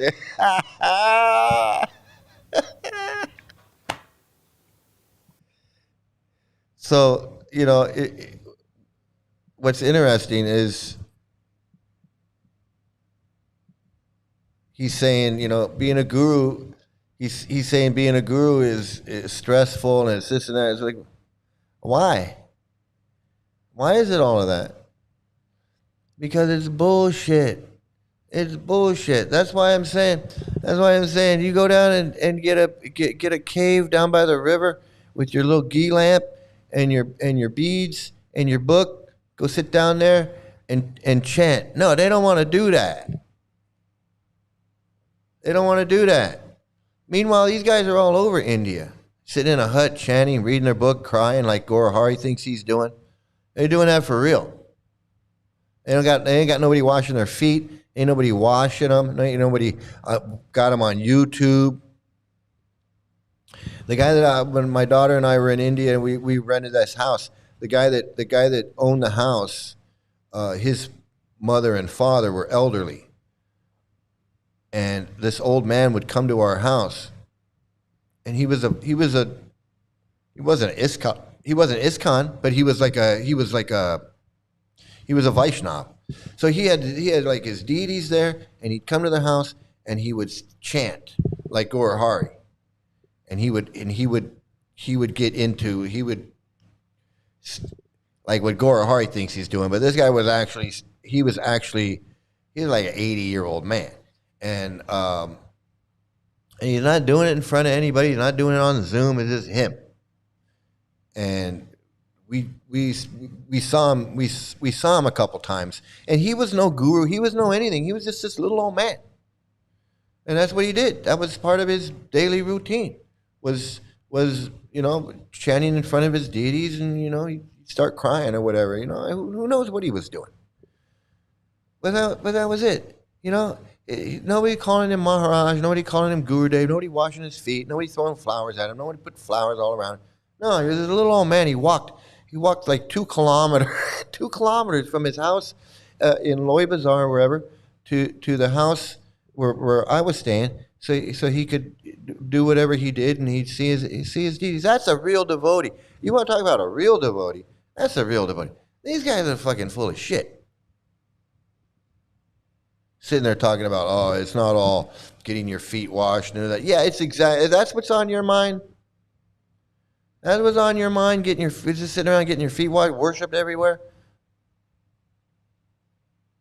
Tell me what you do. Tell me what you do, man, when you're not getting your feet washed and you're not getting worshipped. Well, tell me exactly what the fuck you do. They want to act like that. Even Prabhupada did that. Even Prabhupada was like, oh, it's not about name, fame, and whatever. It's not about that. It's about this. Meanwhile, Prabhupada wanted temples with his name on it. He wanted a street with his name on it. He got a Bhaktivedanta book trust and Bhaktivedanta books and this and that and everything. And he's flying around the world and he's going on tours. He's meeting with everybody and he's friggin' Bhaktivedanta Swami Prabhupada. But meanwhile, he's sitting there talking about, yeah, it's not about name, fame, and glorifying this and that, and these other gurus are about this and that, but I'm not. Nobody knows my name. Meanwhile, he's flying around, he's eating off of gold plates, doing all that bullshit, doing snuff and whatever. This is all a bunch of bullshit. You tell me Prabhupada didn't want name and fame. He's got a Bhaktivedanta this and Bhaktivedanta that, and a huge Krishna Balaram temple and a huge friggin' Samadhi in Mayapur, and it's fucking A. Fucking A, man. Bullshit. Let's see, what's this one? Let me see what's this video here. Oh. What do we got? Heard about the importance of Chaitanya Mahaprabhu and Srila Prabhupada's instructions. But Srila Prabhupada's instructions and his legacy can be seen live by the results. And the results are here. Prabhupada's instructions like a 19-year-old boy can marry a 12-year-old girl. That instruction. Are we going to talk about that instruction? Because that's an instruction that gets confused a lot. A lot of people people of course, confused about that instruction. Over 1,000 centers, but in what's happening in Southern Ontario and the GTA is incredible. Under the direction of His Holiness Bhakti Marg Swami and a lot of dedicated devotees, not only in Mississauga, but I think a shout out to Brampton and a shout out to all the Southern Ontario GTA temples. With their support, ISKCON Mississauga has become a reality and will flourish. And what's happened in Toronto, we have about a dozen centers in the Greater Toronto area now, which is something that is very unique in all of North America. It's not been done. It's actually this coming week in Nurundava, we're going to be presenting what the great success that's happening in Southern Ontario of how many temples are opening up. So there you go. They're opening up a temple in wherever this is, Mississauga, Ontario, Canada. Another a scamming hub where they can scam with their books, and they can marry little girls off to grown men. Maybe Chandrasekhar will head up there and see if he can find himself a little 15-year-old girl to marry. The guy speaking is newly promoted cult member as the new GBC deputy. Oh, the guy's a GBC, huh? He's one of the main. I guess he's one of the main guys that you go to when you want your 12-year-old girl. Oh, Bhakti Marg Swami is the guy in the background. Yeah, I noticed. I didn't know his. I recognized him, but I didn't know his name. Yeah, these scammers. It's all just pedophilia, because the guy is not going to say that pedophilia is wrong. He's not going to say that child marriage is wrong.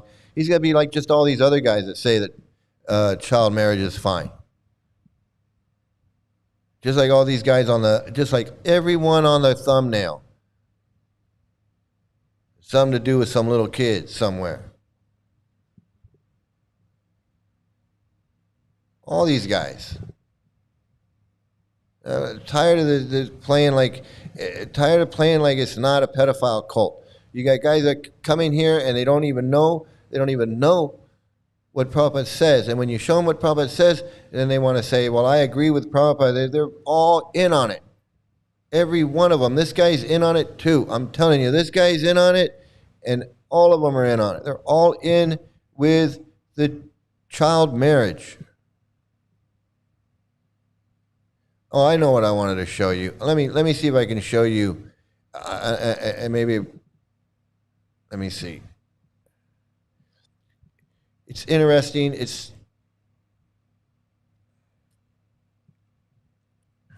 I don't know. Okay, so so this person wrote in to. I'm gonna kind of change the subject a little bit, but this is interesting. Wrote into Pod about ISKCON and women. And they're on the subject of women gurus, I guess. But so he wrote so Pod wrote this. Pod says, this is from Paranjan. He says, Henry Doktorsky sent me an article on how women in general were viewed very negatively at New Vrindavan, and as a result, many women were exploited and abused. He blames Prabhupada for creating this environment. He's correct. He's absolutely correct. Prabhupada did create this environment. You can see it in his lectures. You can see it in his books. You can see it in everything. Prabhupada did create this environment, and he taught it to Kirtanananda. He taught it to everybody. He taught this to them. So he says, he blames Srila Prabhupada for creating this environment, except my view is that New Vrindavan folks were getting the Kirtanananda's filtered view of women and Krishna consciousness. And Kirtanananda was cherry-picking certain negative quotes while avoiding positive quotes to suppress women and to suppress those quotes. And his program suppressed those of us citing these positive quotes and the quotes exposing Kirtanananda. He says, to the point their empire would have us assassinated for publishing and citing these quotes. That's bullshit. It has nothing to do with that. And it's bullshit. It's not, it has nothing to do with Kirtanananda. It has everything to do with Prabhupada and Prabhupada's books, Prabhupada's teachings. Prabhupada's teaching this child marriage. He's teaching this pedophilia. So he goes on. He says, for example, when people at New Vrindavan said Srila Prabhupada says Kirtanananda is a pure devotee, okay, he might have said that once. No, he said it a bunch of times. And he says, yet he also said Kirtanananda is a crazy man who needs to go back to Bellevue. Kirtanananda indulges in a strange form of sense gratification. Kirtanananda stole my Gita manuscript, and so forth. Yes. That's why Prabhupada, that's why we say that Prabhupada was no pure devotee. Prabhupada was no pure devotee, Prabhupada was no pure anything. Prabhupada was no pure anything.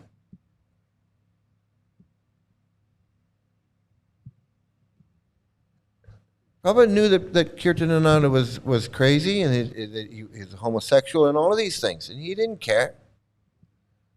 He didn't care because because Kirtanananda was calling him Guru Dev and Maharaj, no different than Guru Hari.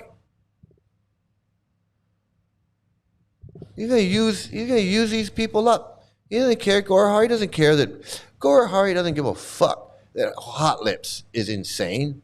You think that Srila Prabhupada cared that Kirtananda was insane? He's using Kirtananda just like Gaurahari is using Hot Lips.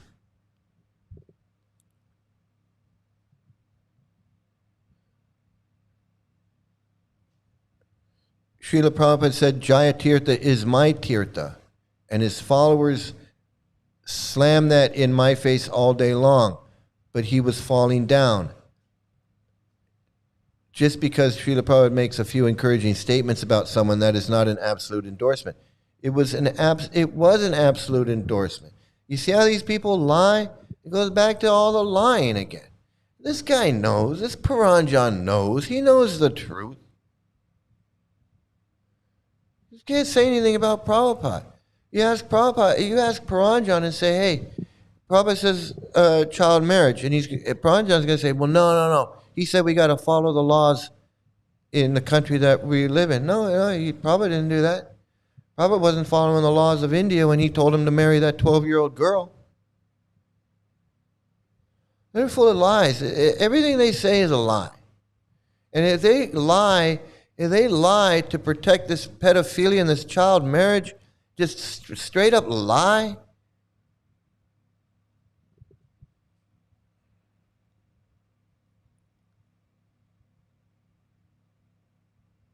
So he says here, Paranjan says, instead of suppressing women, I was always encouraging them, and that was my understanding of the Krishna philosophy. Women should be treated with maturity and respect, or as Srila Prabhupada says, treat all women as mother. Well, Prabhupada said women are ignorant. He said they have small brains, they're less intelligent. He said don't trust them. He said don't give any woman a position of authority. He said that Indira Gandhi was not a good leader because she was a woman. He said no woman has ever done anything. No great doctor, no great lawyer, no great philosopher, no great anything. He had no respect for women at all. You can't marry a 12-year-old girl to a 19-year-old man and sit there and say that you respect women. How do you respect women when your attitude is, I gotta marry them off so that they're under the control of a man somewhere? They gotta have a husband, they gotta have a son, they gotta have a son-in-law. These women can't just be run around on their own. You want me to think that Prabhupada says that women should be treated with maturity and respect? You know, it might say, there might be some verses in some book somewhere. There might be somewhere in the Manu Samriti or in some Ishopanishad or some Upanishad somewhere where it says that, women should be treated like mother and treated like... But Prabhupada didn't treat nobody like that.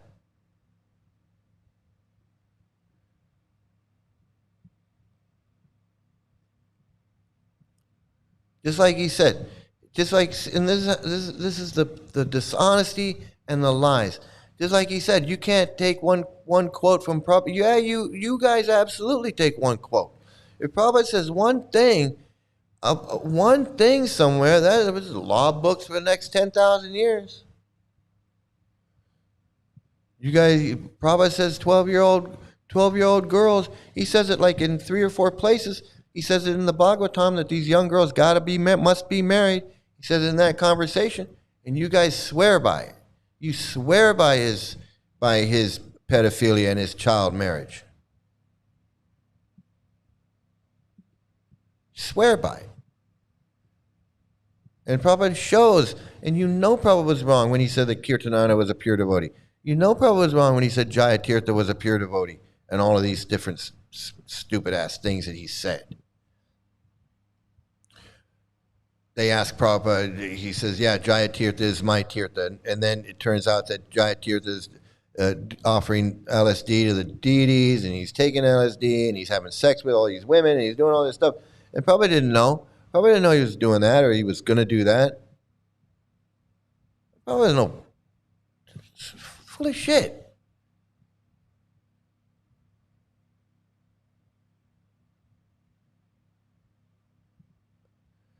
like a father welcoming his son back. You know, swimming in lies. Swimming in lies. These guys are just, you know.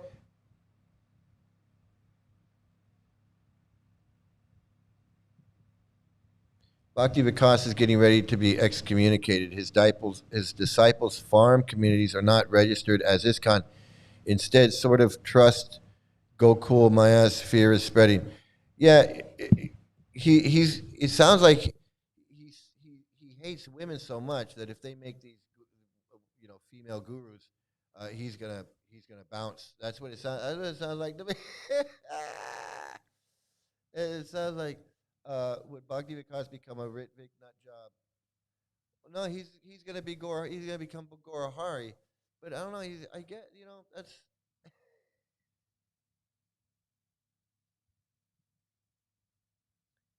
He loves free feet washing and duty-free monies. Yeah, he's so wrapped up in his scam. His scam is just like it's gonna just keep going, and the wheels are already turning. You know, he's got his regular donations, he's got his regular donors, he's got his everything. Is you know the machine is already oiled. his his money machine is already oiled and going, and he's. But I don't know what he's worried about. I guess he's worried about. I don't know what he's worried about. The mic is whispering. I don't know what's going on. There we go. Mike. Okay. Hey, listen, everybody. Yeah. So I got to fix this mic. I don't know what's going on. I guess it's a mic problem. I don't know if it's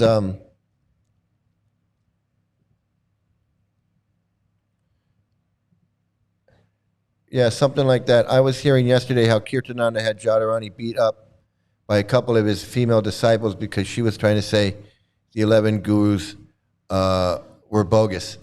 Yeah, they almost killed her. They almost killed her there. They beat her up. They hung her sari out up on the thing as a warning. You know, and then people still want to go there like it's some kind of a tourist attraction, like it's the OK Corral, because you can go there like it's the OK Corral, and you can say, well, that's where Jadharani got beat up, and that's where they planned the murder of Salochan. And over there is where they killed that guy, and they buried him under the river. And then right over there is where Salochan's son drowned in the pond. And then over there is where they were molesting kids in the shack back there. And then over there, it's like a real, it's a real you know, graveyard tour. It's a real horror show. It's like a haunted. It's like a haunted pumpkin patch, you know. It's like I don't know why anybody would want to go there. I just don't know why anyone would want to go there.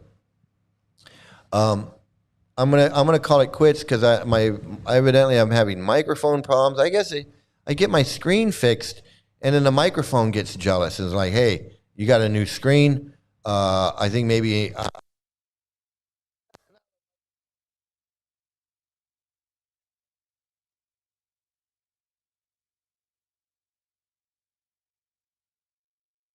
I don't know what's up. I don't know what's up with this microphone, but I'm gonna figure it out. I'm gonna sounds like a I know it is. It's like a Universal Studios tour. We got the Psycho House over there. we got the Psycho House, and you know, and we got the Avalanche over there, and that's where they got the head cut off.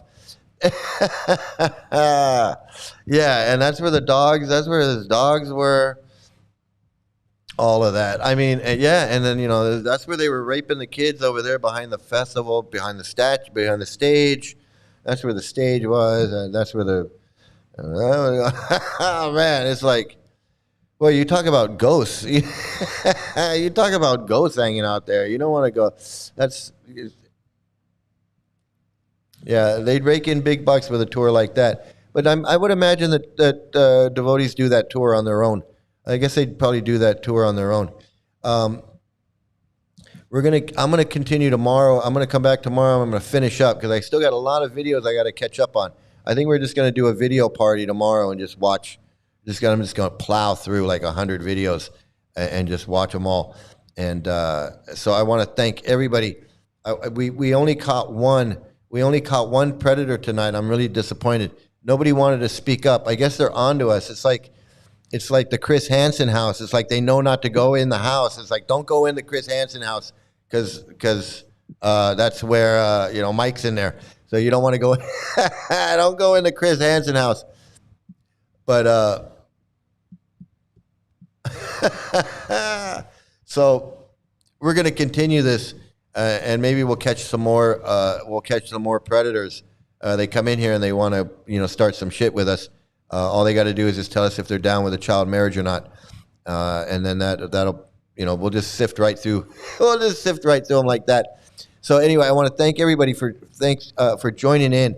Eliana and Snoggle and Fake Human and Weird Planet and Rafal with the videos and everybody and Dahlia Roberts and Dagmar and Tim and everybody. I just want to thank everybody for making it a great time. I had so much fun. I'm sorry about the sound. I'm gonna work on that right now. Figure out what's going on, and I'll be back tomorrow with with some more fun, everybody.